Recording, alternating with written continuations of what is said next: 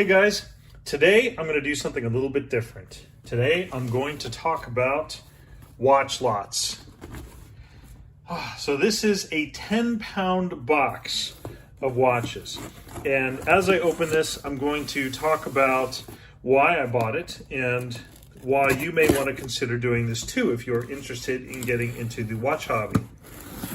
Now, I may be speeding up this video and slowing it down and pausing it, but I did this because I wanted to first talk about, I know a lot of you have sent me emails separately, and I apologize. It's been, I don't normally check the email account, so I've kind of missed it, but a lot of people have been interested in getting into watch repair and working on watches, and you kind of want to know, well, how am I going to go about this? How can I learn to work on watches? So this is the best possible way. Now, the deals are getting harder and harder to find, and that's just what it is because more people are doing it. But it's an opportunity to go through and learn how to take watches apart, how to fix them, maybe get some parts, and not be too concerned about damaging anything. And sometimes you find some really good watches. So I may add in a few pieces of video as I'm going through this.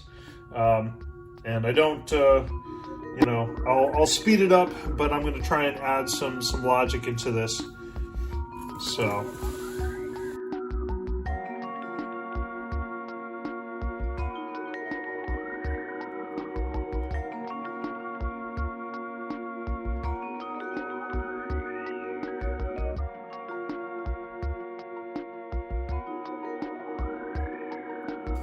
So this is interesting. This might be something. It says Mathey-Tissot. I don't think it's actually a Tissot, but it looks decent. And it has a Japanese movement in it, so it might be one of those 7T movements, but we will see. So I will put this one to the side.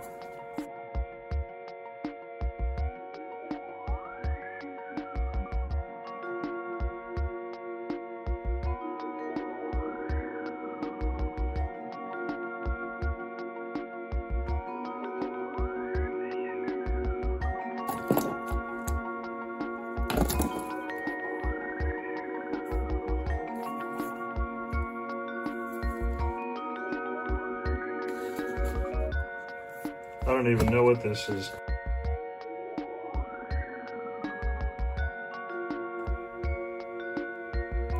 So this one might be interesting. I'm not sure, but it has a pretty interesting movement. So at the very least, it could be worth, at least for parts. We'll see. I'll open it up and see. It might be worth working on.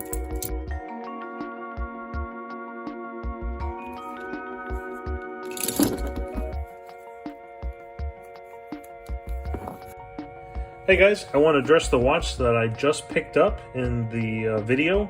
That is the second smartwatch that I picked up, and the reason why I want to address it is because they are both children's smartwatches, and I think it's very important that we talk about proper sanitation or sanitization of your electronic devices. That includes everything from computers to smartphones to smartwatches, to tablets. In an earlier career, I spent a lot of time doing forensics, and I couldn't help myself and went ahead and did some forensics on both of these watches.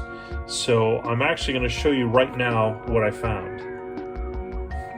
So on the first watch, it is a JoJo Steva Nickelodeon watch, which is fairly new. It actually is from 2021. I'm going to put a picture right there on the left. That one actually had a video recording from a mother to her daughter. So I'm going to play it for you, but just, to be appropriate, I'm going to bleep out the name.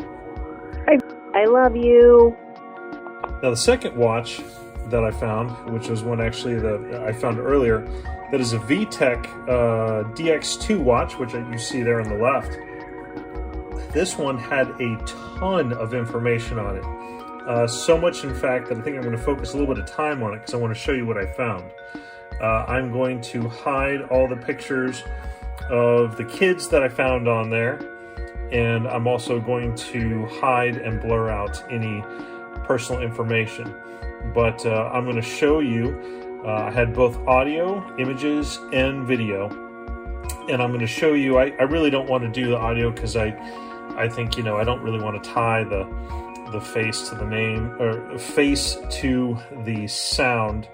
So what I will do is I'm just going to show still shots so that you can kind of see. So the first one here, you can actually see a picture of multiple kids, and as a father of a daughter as well, I think it's important that parents, you do not let these pictures of your kids be placed on devices like this and donated. And I will tell you why. Because one of the things that I found, and I'll start giving a list. One, you see there, that's a house number. Now I obviously blurred it out for obvious reasons.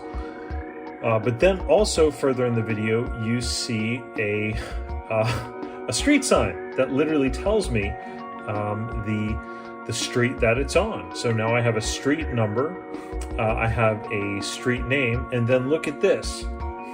I actually have a very clear shot of a license plate, which I've also blurred out.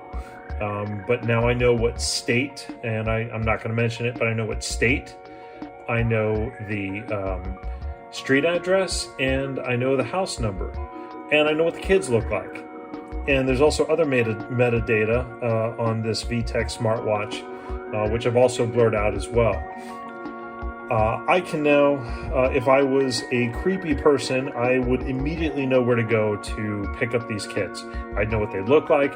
I know that they, because there were other videos, I know the clubs that they're in. I know the groups that they're part of.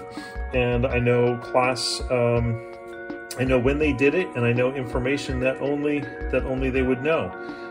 And this is really bad. So parents, please wipe your devices. And just for anybody's sake that's concerned, I went ahead and removed all this video and deleted it all, with the exception of what you see here in this demonstration video. And I will return now to the unboxing video.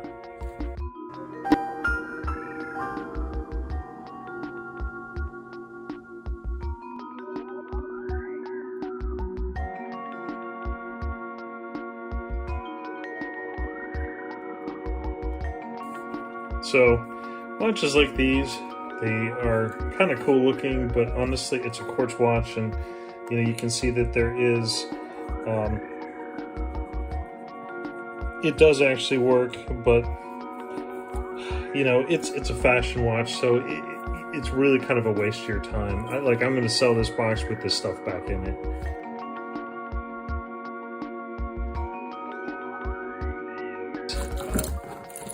Nice. Look at this.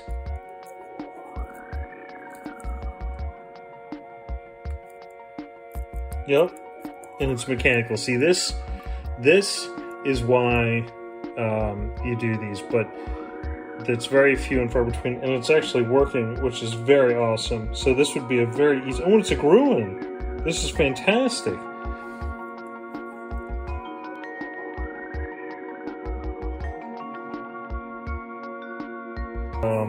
This is another one that if you clean this up a little bit, you can... I think these are all fake dials. So, but you could potentially reuse the strap if you clean it up a little bit. You just want to be honest about it when you're selling a watch and say use strap, you know, but you can clean these. So I'm going to put that there. These are parts.